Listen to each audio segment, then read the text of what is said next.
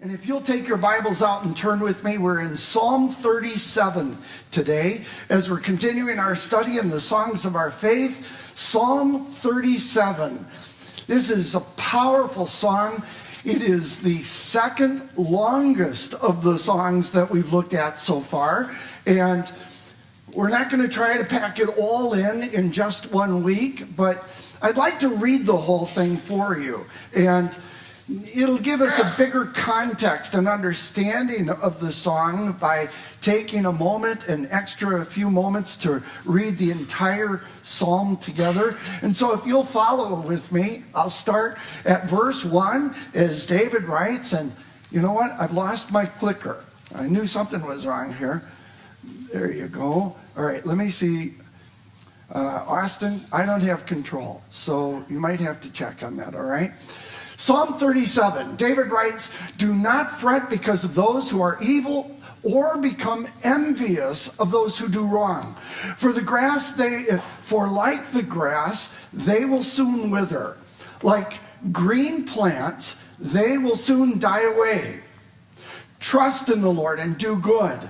Dwell in the land and enjoy safe pasture. Take delight in the Lord, and he will give you the desires of your heart. Commit your way to the Lord.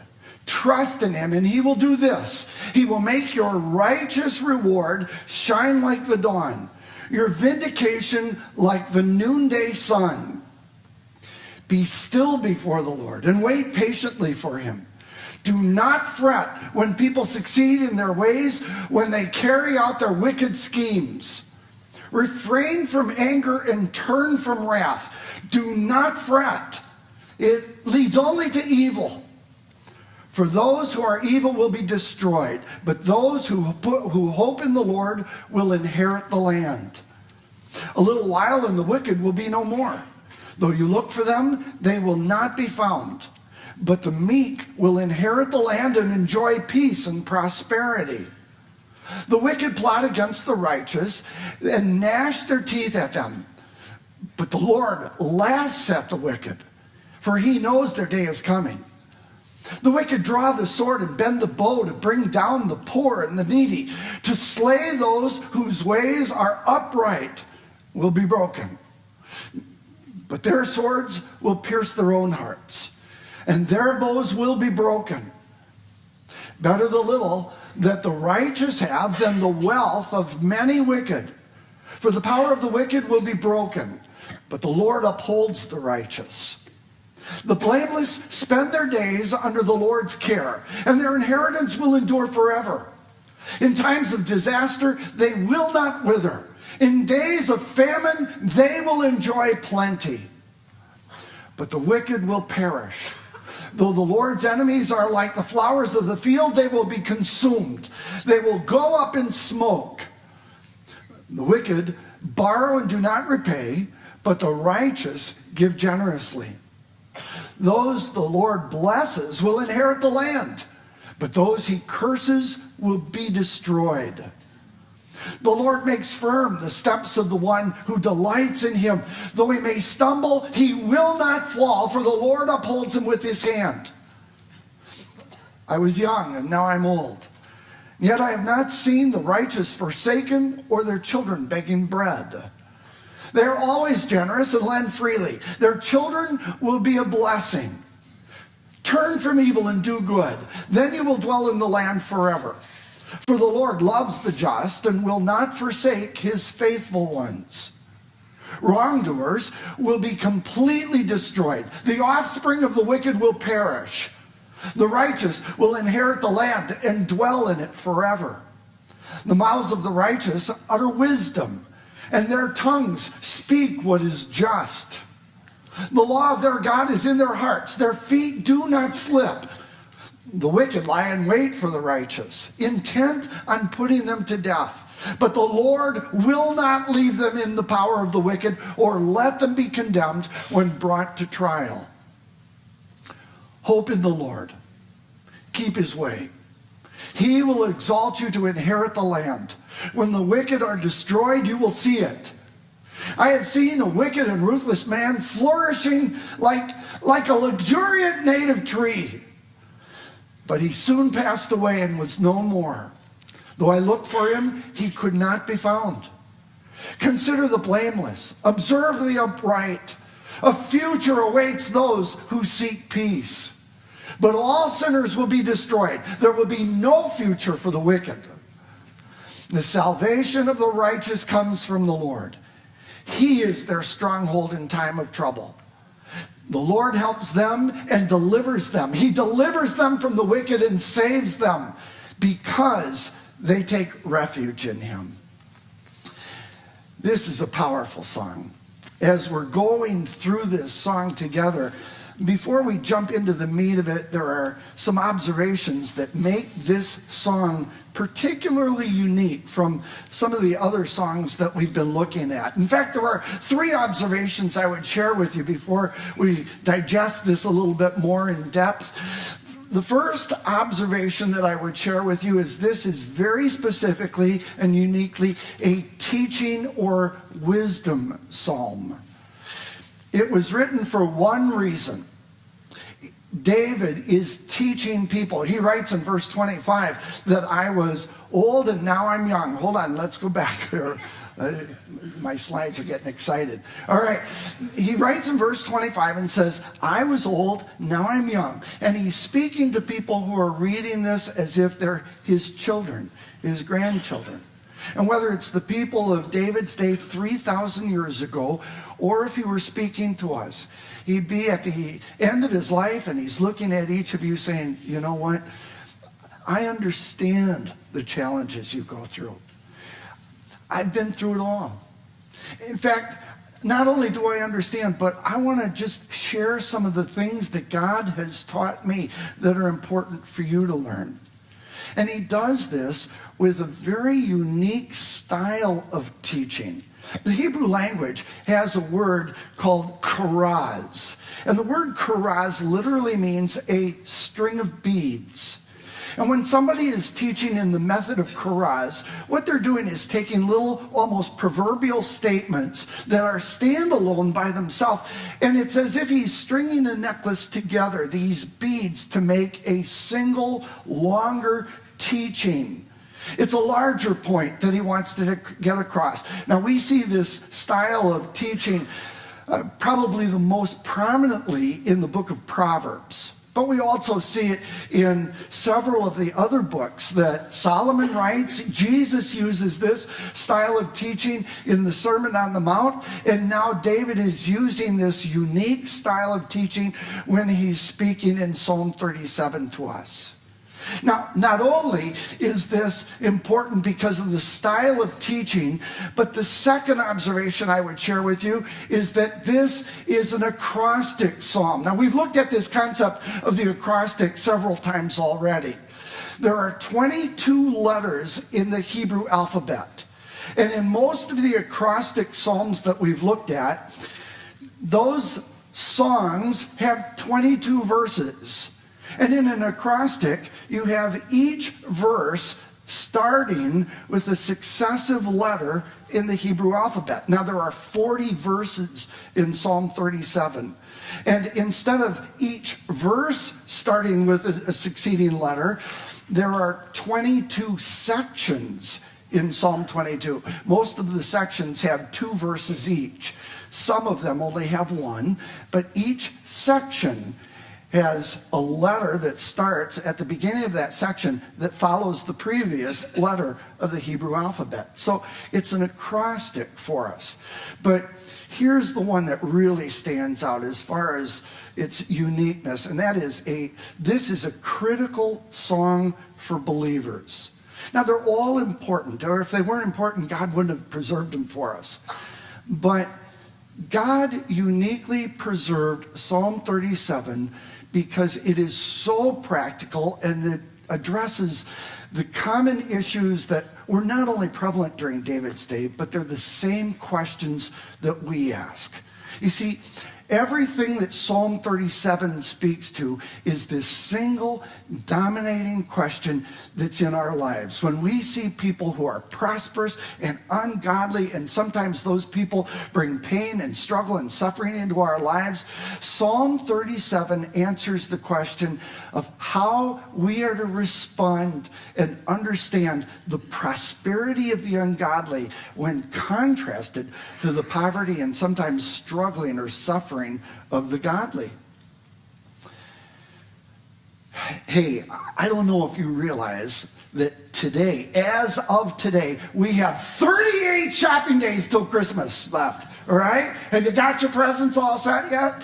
Now, I don't know what 38 days means in your house, but at the Miller house, it means it's time to get the white sheet up, tape it to the wall, get a video projector, and we're going to start watching It's a Wonderful Life. All right?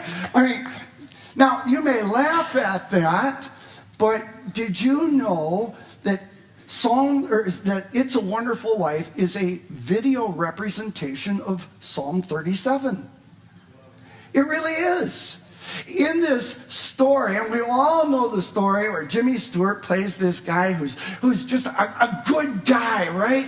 Now, in Frank Capra-esque theology, he represents the good, and then you have Mr. Potter, that mean, wicked old guy who represents the evil, the ungodly. You have this conflict, this challenge that's going on between the good and the bad, the evil and the godly. And by the way, is there anyone in the room who has not seen It's a Wonderful Life yet? Are you guys even saved? How can you not? No, seriously. I love this movie. I watch it every year. And I always struggle with the same issue. Maybe you've gone through this. All right. So if you know the story, I hate to spoil it for those who haven't seen it yet. But you've got this guy who's running this building alone. He loses his money because Uncle Billy actually accidentally leaves it sitting in a newspaper. Here comes old Mr. Potter who picks it up. And the whole crisis of the story is what happens now because they've lost this money.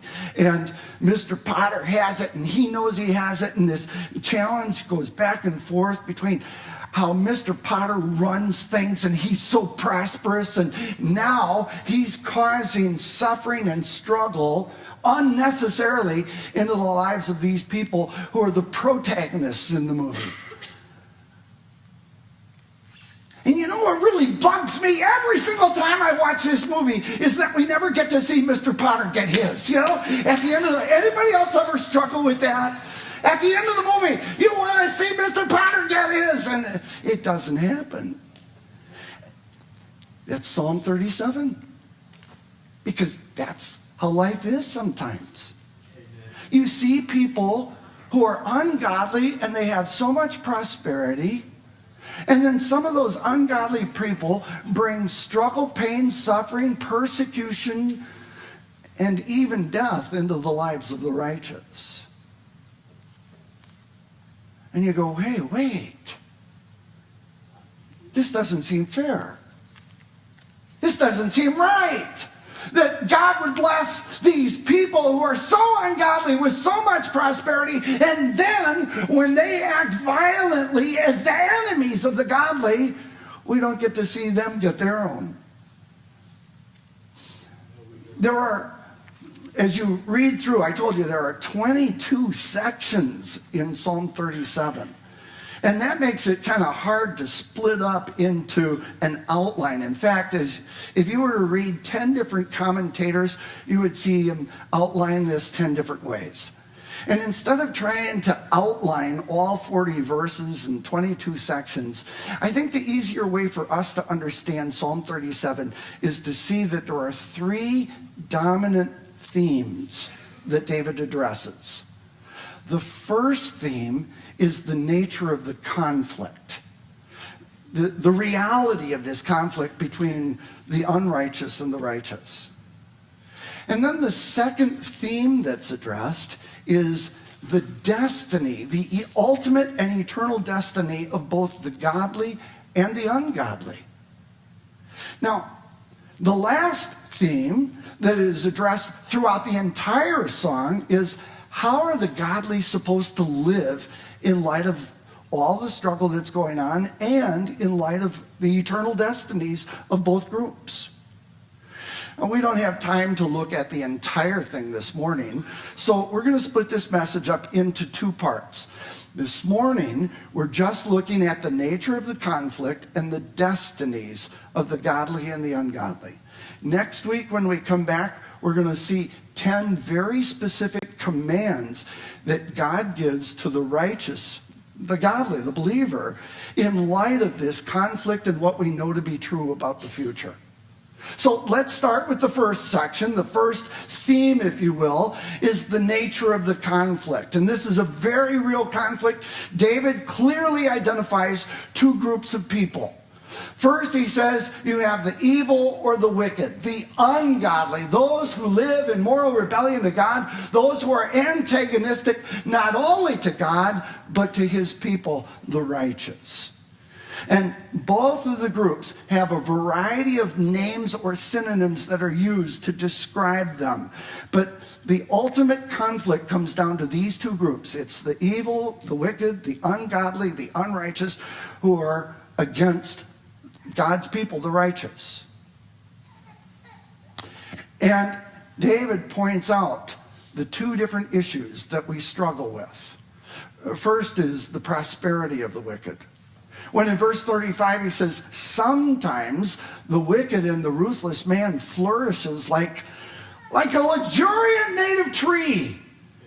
He says, have you ever wondered about this? You look at this and you say, God, why do these people who are so ungodly, why are they so blessed? Why do you give them so much prosperity? It doesn't make sense. They're not going to use that money for godly kingdom building purposes, and yet they get to enjoy their lives so much. And then here are the godly, the righteous, who are just barely getting through. They're scratching their way through life. And God, I just don't get it. Why would you create and allow this disparity between how much money the unrighteous have and all the things they enjoy in their life versus those who are poor and poverty-stricken as believers? But even more difficult and challenging isn't just the prosperity issue, it's the pain issue. He writes and says that the ungodly, the wicked, the evil, the unrighteous often live as the enemies of God and his people. And they bring pain and struggle and suffering, persecution, even death. The wicked plot against the godly. They snarl at them in defiance. The wicked draw their swords and string their bows to kill the poor and the oppressed, to slaughter those who do right. Again, he writes and says, the wicked lie in wait for the righteous, intent on putting them to death. When David was writing this 3,000 years ago, it must have seemed like a terrible thing for him to see the ungodly persecuting and bringing pain and struggle into the lives of the godly, the believers. But, can I just be honest and say this is a challenge today that's even greater than it was in David's day.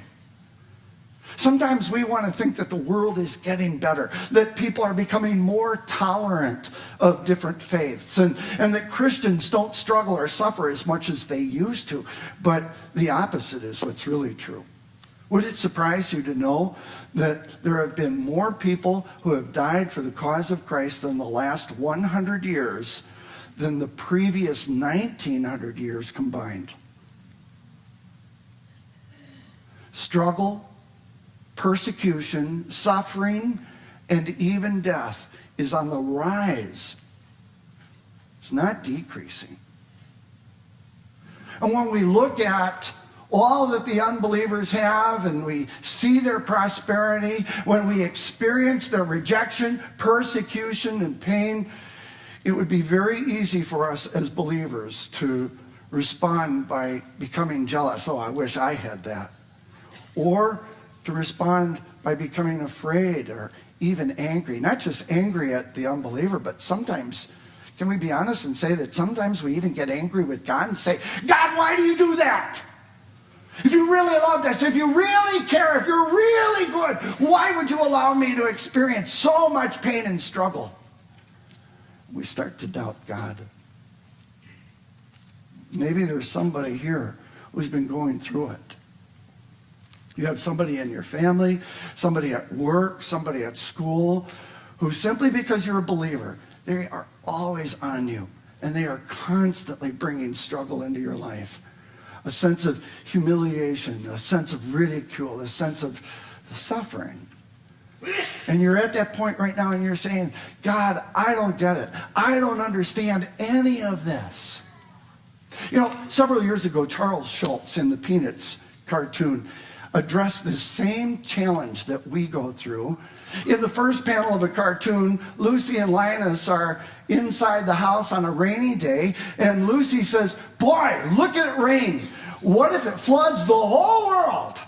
And Charles Schulz always used Linus as the theologian in the cartoons. And Linus responds in the second panel by saying to Lucy, it will never do that. In the 9th chapter of Genesis, God promised Noah that would never happen again. And the sign of the promise is the rainbow.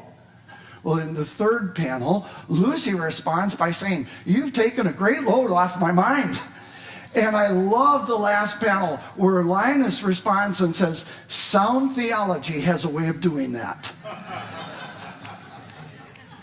God, why in the world would you allow the ungodly to have so much money and enjoy so much prosperity? God, I don't get it. Why would you allow the ungodly to attack and bring so much pain, struggle, and suffering into the lives of believers? Let me tell you, when we're in that struggle, sound theology is the answer.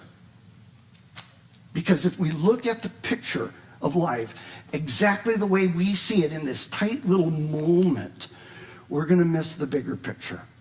In fact, God would say, if you're going to have a good, sound theology that carries you when you're struggling with those questions, you need to step back. Don't just focus on the picture. And you know I use these pictures to help us understand that our lives interpret the surroundings by the way we see things, the perspectives. And this is a very important perspective question. No, go back. All right. And he's saying, look, I want you not to focus on the immediate circumstances, but pull the lens back so you see the bigger picture.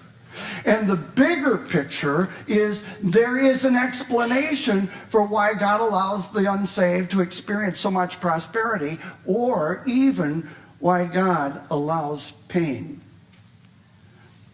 If we're talking about the prosperity question, now he says, you need to understand, this is a demonstration of my kindness. My kindness. Paul addresses this issue when he's talking to the unbeliever, and he says, don't you see how wonderfully kind, tolerant, and patient God is with you? Does this mean nothing to you? Can't you see that his kindness, God's kindness, is intended as he pours this grace out, as he allows you to experience so much blessing and prosperity? It's always given to you with the intention that you would turn to God and say, wow, God, thank you. I believe you're there. You have been a good and generous God to me. Now I'm going to turn to you in repentance of sin, and I'm going to put my trust in you. When God allows the unsaved to experience good things, God causes rain to fall on the righteous and the unrighteous. The sun rises on the evil and the good. When God gives evil people or unrighteous, ungodly people prosperity, it is always with the hope that through that prosperity they would realize they weren't responsible, they didn't get it. Instead, it came from a good and loving God, and it would cause them to turn to him. When we see the prosperity of the unbeliever, it's always an expression of God's kindness that hopefully will cause them to turn to him. But what about the pain issue? There's a reason for that as well. And Jesus is very clear when in John chapter 15, he's talking to the disciples and says, I want you to understand there is a spiritual war going on. This conflict that you're experiencing is a battle between evil and good. And if the world hates you, keep in mind that it hated me first. A servant is not greater than his master. If they persecuted me, they're going to persecute you as well. Expect it. Expect it. And when it starts happening, don't be surprised. And so here we are in the middle of this conflict, in the confusion of the moment, looking at the prosperity, experiencing the pain, and saying, God, I don't get it.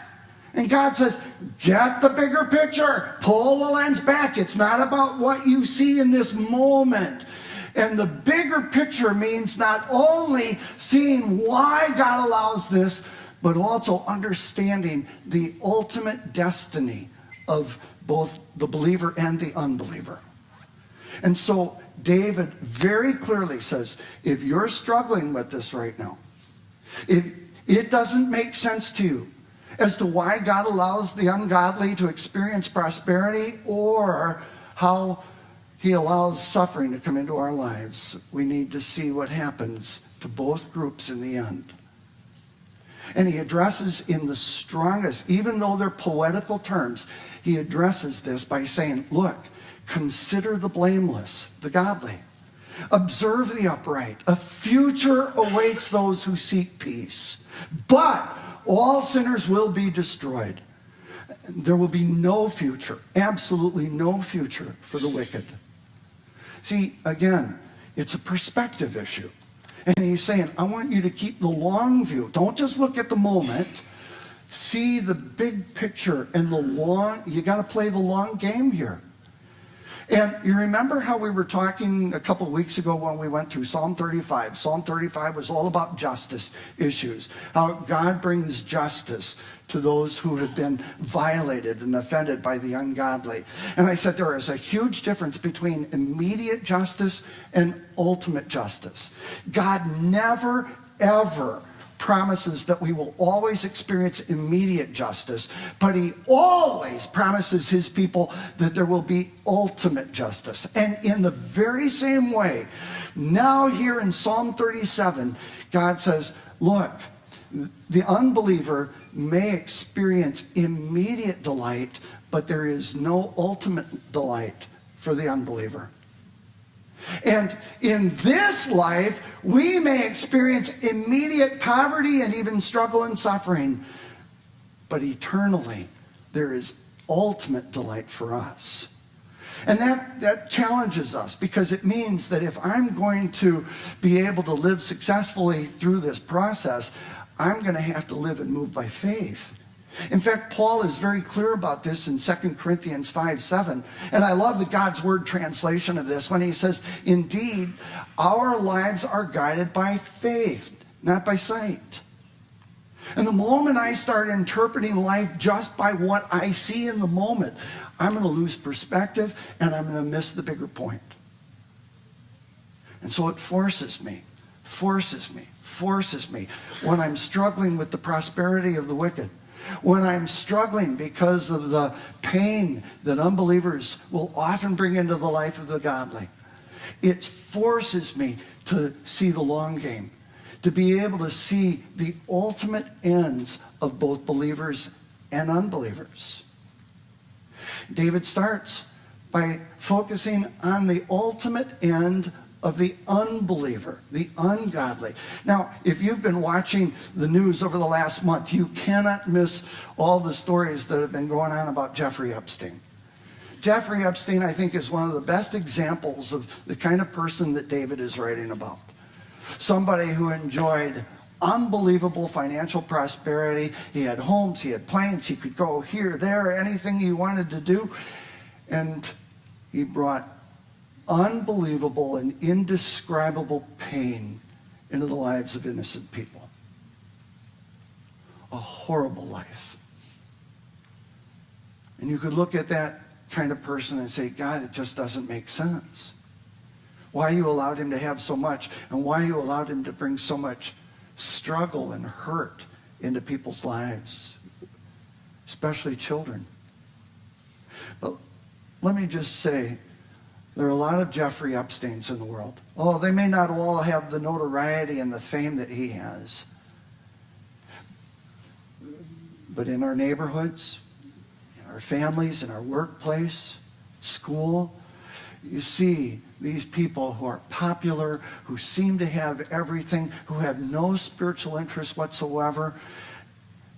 They're the Jeffrey Epsteins of the world. You say, God, I don't get it. I don't get it. Why you allowed them to have so much? And God says, don't focus on what they have now. Remember and understand what the end of their lives will mean. And David uses very descriptive terms to help us understand the ultimate end of the ungodly. In verse 2, these people are going to wither away. Verse 2 again, they're going to die. 5 times in Psalm 37, David writes and says, these people are going to be cut off. They will be no more. They will never be found again, in verse 10. He continues and he says, don't forget, their judgment is coming. See, we struggle. Let's be honest. We struggle. We see the violence. We see the offense. We see the pain that they bring. And we, because we focus on the moment, tend to think that God doesn't care, that God doesn't see. But God says, I want you to get this. Write this down. Make sure you remember that justice delayed is never justice ignored. Amen. Justice delayed is never justice ignored. In the end, every single person will answer to God for what we've done in our lives. And all the pain, all the struggle, all the suffering that the ungodly have brought into the lives of other people, it's all going to be addressed. And they enjoy so much power, so much influence, so much popularity today. And yet all of that's going to be broken. It's going to be crushed. It's going to be gone. And in the end, people won't even remember their name. Ultimately, and in eternity, no one will ever hear Jeffrey Epstein's name or remember him or any of the other Jeffrey Epsteins that are a part of your life, because they will perish and vanish like smoke. God says, when you're looking at it and you're so tempted to be jealous of what they have, or your natural response is either to be afraid or be angry because of the pain, the struggle, God says, remember what the end of their lives is going to be. And when you're hurting and you're saying, God, why is every single day a struggle? Why do I have to scratch just to make a living? After all, I love Jesus. Doesn't that mean you ought to meet all of my needs and I ought to be comfortable and happy? And God says, I never promised you immediate bliss, immediate delight. But in dynamic contrast to the ultimate end of the unbeliever, I want you to know what you have to look forward to. 7 times in Psalm 37, God says, you're going to inherit the land. Now, for the Jewish person who is reading this when David wrote it, they immediately understood and interpreted that as part of the fulfillment of the Abrahamic covenant when God says, I'm going to give you the land. I'm going to give you the land of Israel. This is going to be an everlasting inheritance for all of Abraham's people. And I believe that promise has not been abandoned yet.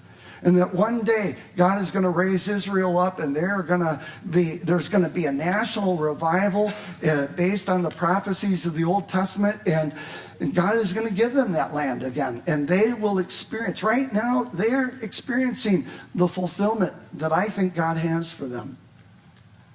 But it's bigger than just the nation of Israel. It's for all of us. God says, I have an eternal dwelling place for you. Jesus said, I'm going to prepare a place for you. And if I go and prepare a place, I'm going to come back and receive you to myself, that where I am, you can be also. And you have a home that is set in eternity, and no one will ever be able to take that away.